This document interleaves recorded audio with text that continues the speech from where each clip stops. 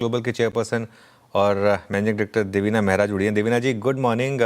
वो GST cut की announcement के बाद पहली बार आपसे बात हो रही है। पहले तो ये बताइए कि क्या उसके बाद जिस तरीके के मार्केट ने मूव्स दिखाए, क्या मार्केट को ऐसी किसी एक ट्रिगर की ज़रूरत थी जो इतने समय से मार्केट अंडर परफॉर्म कर रहा था, और क्या ये ट्रिगर अपने आप में काफ़ी है इस मार्केट को इस रेंज में जो फंसा हुआ है काफ़ी समय से, इससे बाहर निकालने के लिए?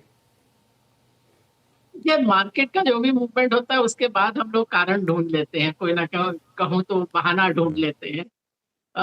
ऑफ कोर्स जीएसटी का चेंज की जो बात आई है उससे अभी शॉर्ट टर्म में तो इस तिमाही के नतीजों पे नेगेटिव ही असर पड़ेगा। मेरा इससे पहले ये मानना था कि पहली तिमाही में तो इतने अच्छे नतीजे एग्रीगेट बेसिस पे तो नहीं रहे, एक्चुअली मिक्स रहे, कुछ अच्छे रहे कुछ नहीं अच्छे रहे। तो दूसरी तिमाही से मेरा मानना था कि रेवेन्यू और मार्जिन दोनों पे आपको बेहतर नजर आएगा, पर अब ये जो जीएसटी की बात आ गई है उसके कारण उपभोक्ता मेरे ख्याल कार और बहुत सारे ड्यूरेबल्स और कई चीजों को अभी नहीं खरीदेंगे। तो वो तो इस बात के लिए निवेशकों को भी तैयार रहना चाहिए कि कुछ इंडस्ट्रीज में, कुछ सेक्टर में इस तिमाही के नतीजे इतने अच्छे नहीं हो सकता उतने अच्छे ना आए। और दूसरी बात, जहां तक इंडेक्स की बात है, मुझे इंडेक्स से ज्यादा जो चीज अभी अ, अ, महत्वपूर्ण लग रही है कि अगर आप स्टॉक्स को देखें तो आप इंडेक्स देखिए। तो अभी मैं 2 दिन पहले का डेटा देख रही थी कि इंडेक्स, डिपेंडिंग ऑन कौन सा इंडेक्स आप देखते हैं, 7 से 10% गिरे हैं। मतलब निफ्टी से लेके स्मॉल कैप तक वो रेंज रहा है, लेकिन स्टॉक्स उससे बहुत ज्यादा गिरे। अधिकतर आप देखें तो कोई भी आप समय लीजिए तो ऐसा होता है कि इंडेक्स का जितना मूव होता है उसमें लगभग 40-50% स्टॉक आउट परफॉर्म करते हैं और 50-60 नीचे होते हैं। अभी खाली 10% स्टॉक्स ने आउट परफॉर्म किया है, मतलब 90% जो स्टॉक्स हैं वो 10% से ज्यादा गिरे हैं। लगभग 62% ऐसे हैं जो 30% से ज्यादा गिरे हैं और 22% ऐसे हैं जो 50% से ज्यादा गिरे हैं। तो इसी के कारण निवेशकों के पोर्टफोलियो में शायद लाल निशान ज्यादा नजर आता है, बजाय कि आप देखें इंडेक्स लेवल पे। तो ये भी एक सोचने वाली बात है। ये बात आपकी बिल्कुल सही है, और ये एक फेयर फैक्टर भी है कि जीएसटी कट के बाद लोग अपनी परचेजेस पोस्टपोन करेंगे, लेकिन स्टॉक्स में उसका इम्पैक्ट नहीं आ रहा है क्या? अगर आप देखें ऑटोज, जहां सबसे ज़्यादा डर है कि लोग परचेज पोस्टपोन करेंगे, मारुति सबसे ज़्यादा लीड कर रहा है इस रैली को। क्या मार्केट एक क्वार्टर के पेन को भूलकर आगे देख रहा है, या यहाँ पर नहीं, वैल्यूएशन कंफर्ट है इस वजह से स्टॉक्स चल रहे हैं? या देखना भी चाहिए, क्योंकि अगर खाली परचेज पोस्टपोन ही हो रहा है और उसके बाद वो उस चीज का दाम कम होगा तो उसके कारण मतलब ये अब थ्योरी में तो डिमांड बढ़नी चाहिए। तो ये तो है, लेकिन मैंने कहा कि वो निवेशकों को उसके लिए तैयार रहना चाहिए कि एक तिमाही के रिजल्ट हो सकता है उतने अच्छे ना आए, और अगर उस समय बाजार कुछ ऊपर नीचे हुआ तो लोग बोलेंगे अरे देखो रिजल्ट तो अच्छे नहीं आए। तो ये पहले से सोच के रखना है। अब लंबे समय के हिसाब से देखें तो हाँ, ये तो अच्छा ही रहेगा कि अगर जीएसटी कम हुआ, डिमांड ऊपर गई, वो तो सब अ, अ, उस लिहाज से तो बेहतर ही न्यूज है। तेरा मैम नमस्कार, वीरेंद्र बोल रहा हूँ। ये जीएसटी का कम होना, ये प्राइस में जब हमें सोमवार से दिखने लगा, उससे पहले एक और चीज़ हुई मैम कि ये पूरा का पूरा अर्निंग सीजन खत्म हुआ। आपका इस पूरे बीते हुए अर्निंग सीजन का आकलन क्या है? कहाँ पे आपको अ, जो नंबर्स थे वो एक्सपेक्टेशन के मुताबिक या फिर थोड़े से एग्रेसिव लगे, अच्छे लगे, और एक्सट्रीम डिसअपॉइंटमेंट कहाँ था आपको मैम? इस बार थोड़ा सा, जैसे मैंने कहा, थोड़ा मिक्स बैग था। कोई बहुत, एटलीस्ट जिस सेक्टर में हम निवेशित हैं वहां तो कोई ऐसा एक्सट्रीम डिसअपॉइंटमेंट वाला तो कुछ नजर नहीं आया।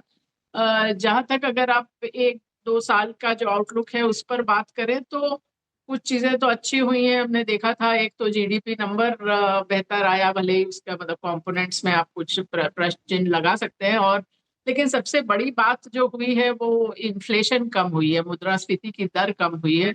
तो उससे दो चीजें हुई हैं। एक तो जो इंडस्ट्री कई सारा रॉ मटेरियल जो अपना उत्पाद बनाने में इस्तेमाल करती है, एक तो होते हैं काफी सारे इंडस्ट्रीज में आपके पेट्रोकेमिकल इस्तेमाल होते हैं, तो जैसे जैसे कच्चे तेल का भाव कम होता है वहां आपको रिलीफ मिलती है।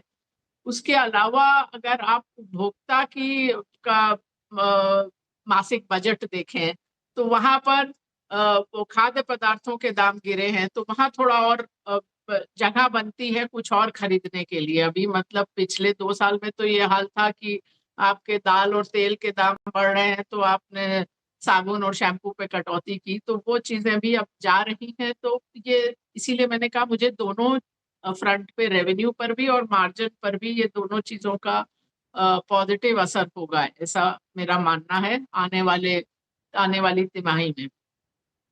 तिमाहियों में। ओके। अच्छा मैम, इंश्योरेंस स्पेस पे आपकी रीडिंग क्या है? अब यहाँ पे एक बात चल रही है, I mean again coming back to GST issues. ये चुभता था, मिडिल क्लास को स्पेशली चुभता था जब आप एक मेडिकल इंश्योरेंस लें और उसमें आपका जीएसटी लगे, जब आप LIC की किस्तें भरें तो उसमें इंश्योरेंस जाना। इंश्योरेंस पे ये पिछले 4-5 दिन से 4-5 साल से अगर आप देखें ये इम्पैक्ट था। अगर इस पे जीएसटी को के दायरे से बाहर रखा जाए तो आप इंश्योरेंस को कैसे ट्रीट करेंगे मैम? क्योंकि अभी तक फ्रंटलाइन इंश्योरेंस कंपनियों में पैसा बना है। आपका टेक इस स्पेस पे? देखिए, अभी तो प्रश्न चिन्ह है कि करते क्या है, बिकॉज़ सरकार भी हर चीज़ पे कटौती तो कर नहीं सकती है। तो हर चीज़ पे कटौती करेगी तो फिर वो बजट और फिस्कल डेफिसिट पर असर आएगा। तो वो तो देखना पड़ेगा कि करते क्या हैं अभी। अभी तो खाली सब जिसे कहें स्पेकुलेट ही कर रहे हैं कि क्या होगा। तो अभी फ़िलहाल तो हमारा इंश्योरेंस स्पेस में एक्सपोज़र नहीं है। देवेना जी, एक स्पेस जहाँ पर हमने मैसिव रैली देखी है वो है ये स्टॉक मार्केट से जुड़े सारे के सारे प्लेज। अब of late wealth management stocks में अच्छी तेज़ी हुई है। ये स्पेस को आप ट्रैक कर रहे हैं क्या, इसमें जो मूव्स आए, और यहाँ पर कोई आपने इन्वेस्टमेंट की है क्या? अब पहले किए थे, अभी कोई विशेष इन्वेस्टमेंट नहीं है ये स्टॉक मार्केट रिलेटेड स्पेस में। मुझे स्टॉक मार्केट रिलेटेड स्पेस में, मतलब वेल्थ मैनेजमेंट के लिए नहीं मैं कह रही हूँ, लेकिन ओवरऑल ये जो डेरिवेटिव्स का जितना वॉल्यूम भारत में होता है, वो विश्व के किसी भी आप मापदंड से देखें तो बहुत ज़्यादा है। और उसमें सबका पैसा बनता है, खाली स्टॉक ब्रोकर का ही नहीं, स्टॉक एक्सचेंज का भी और सरकार का भी। तो इसलिए वो इस तरह की चीज़ है जिसमें आप कटौती करना चाहते हैं या नहीं, ये भी शायद रेगुलेटर्स को भी क्लियर नहीं होता। और आप देखें तो इस साल भी जो हम लोग का बजट का था एस्टिमेट, उसमें हमने पर्सनल इनकम टैक्स में कटौती देखी, लेकिन आप पर्सनल इनकम टैक्स का जो एस्टिमेट था कि कितना बढ़ेगा, तो वो 14.5% बढ़ने का एस्टिमेट था बजट में। और मैंने फरवरी में ही ये लिखा था कि आप एज्यूम कर रहे हैं कि जीएसटी और कॉर्पोरेट टैक्स 10 साढ़े 10% बढ़ेंगे और पर्सनल इनकम टैक्स 14.5% बढ़ेगा। तो इसमें तो आप ये इसी पर बेट कर रहे हैं कि स्टॉक मार्केट में डेरिवेटिव में स्पेकुलेशन जारी रहेगा। और मतलब आपका खाली स्टॉक मार्केट रिलेटेड, चाहे वो कैपिटल गेन्स हो, एसटीटी हो, ये इसी पर आप कि आप रेट काटने के बावजूद बोल रहे हैं सबसे ज्यादा तेज ग्रोथ पर्सनल इनकम टैक्स में होगी।